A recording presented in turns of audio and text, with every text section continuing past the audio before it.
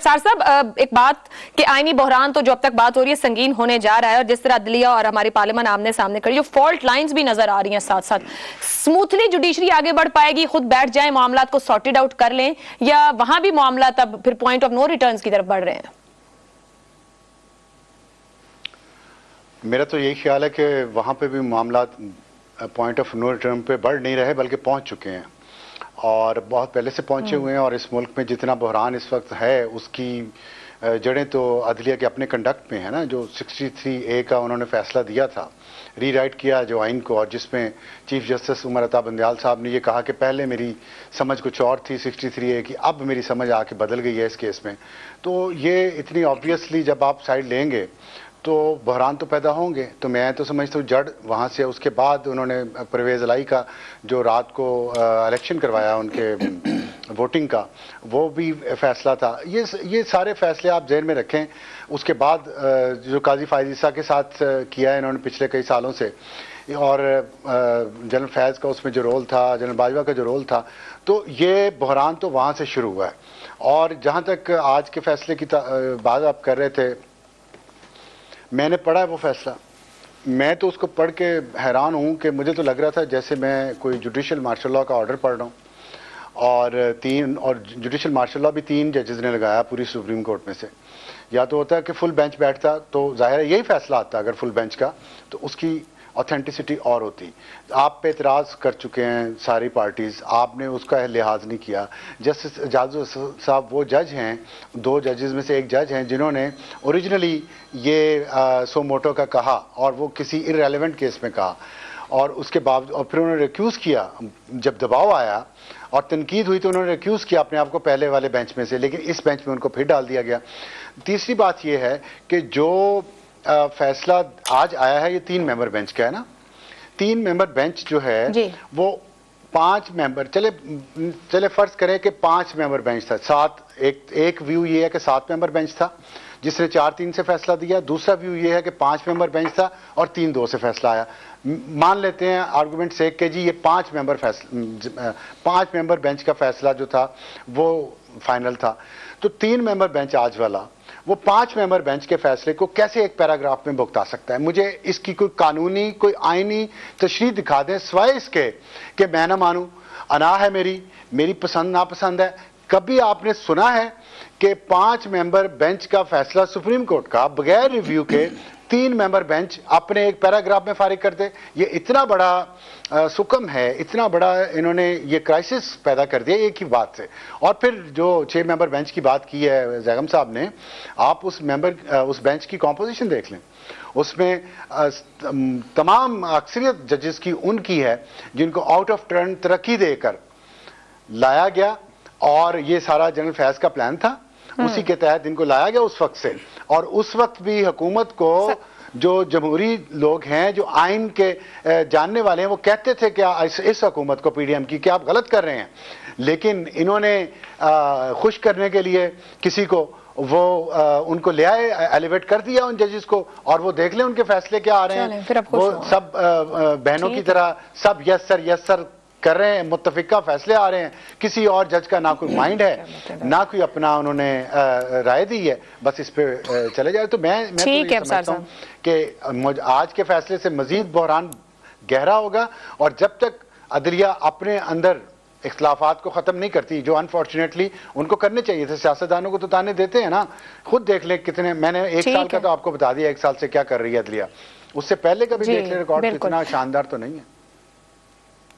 तभी तो हम सब यहाँ पर हैं। शहजाद साहब, ये हमारे जो रिकॉर्ड्स हैं वही हमें कहीं आगे जाने नहीं देते। सर, एक फुल कोर्ट का मुतालबा है जो मुस्तकिल चला ही आ रहा है, मतलब एक फरीक की जानिब से। इस मामले को देखें जब से इलेक्शन का मामला है, बल्कि गुज़िश्ता साल भी जब पंजाब गवर्नमेंट वाला मामला चला तब भी फुल कोर्ट।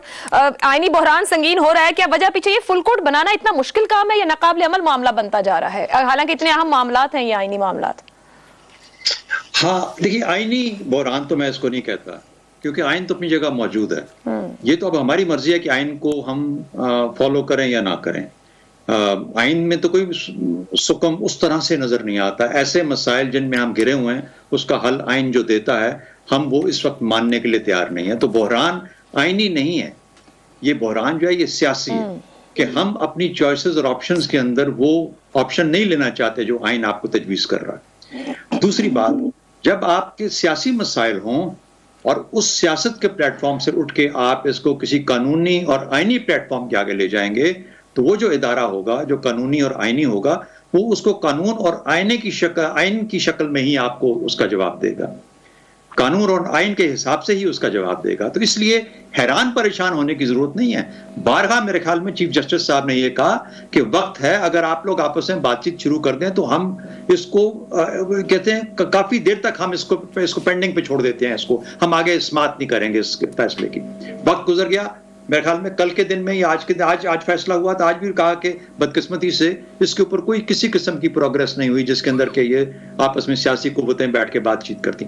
असल में देखिए, जहां एक तरफ अना है तो दूसरी तरफ जिद है। ये अना और जिद का मामला है, इदारों का टकराव हो चुका है। और ये जो बहरान है, इसको मैं आईनी बहरान नहीं कहता, इसको अदालती बहरान कहता हूं, जो आपको सुप्रीम कोर्ट में नजर आता है। अदालती बहरान हो चुका है, इसमें कोई शक नहीं है।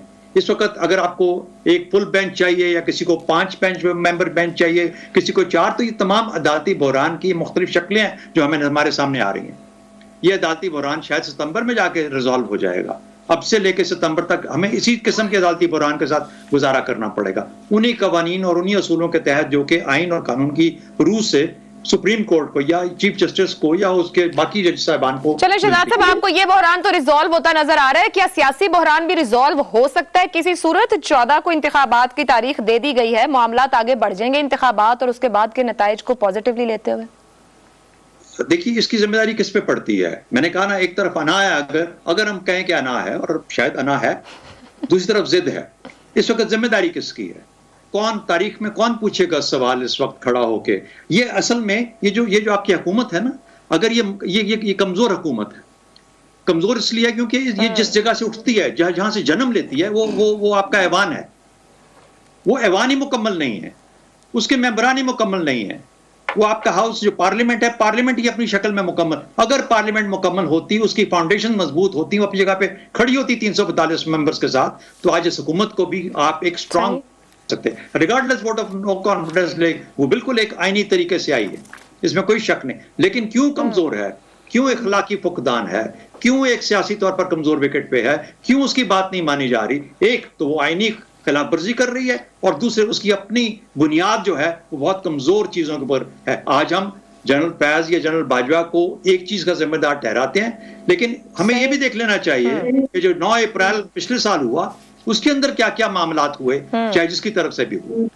तो इसलिए मेरा ख्याल है कि हम जहां पे खड़े हैं, हम अपने की करतूतों के नताइज को भुगतते हुए हम यहाँ पे पहुंचे हुए हैं। इस वक्त ऐसी सिचुएशंस के अंदर आमतौर पर जो निज़ाम होते हैं, जो अदालतें होती हैं या अदालतें ना सही, जो हुकूमतें होती हैं, जब आपकी सियासी निज़ाम पटड़ी से उतर चुका हो तो इलेक्शन है, उस तरह से वो वापस आपकी गाड़ी जो है सियासत की चढ़ाती है, जो कि हम करने को तैयार नहीं है।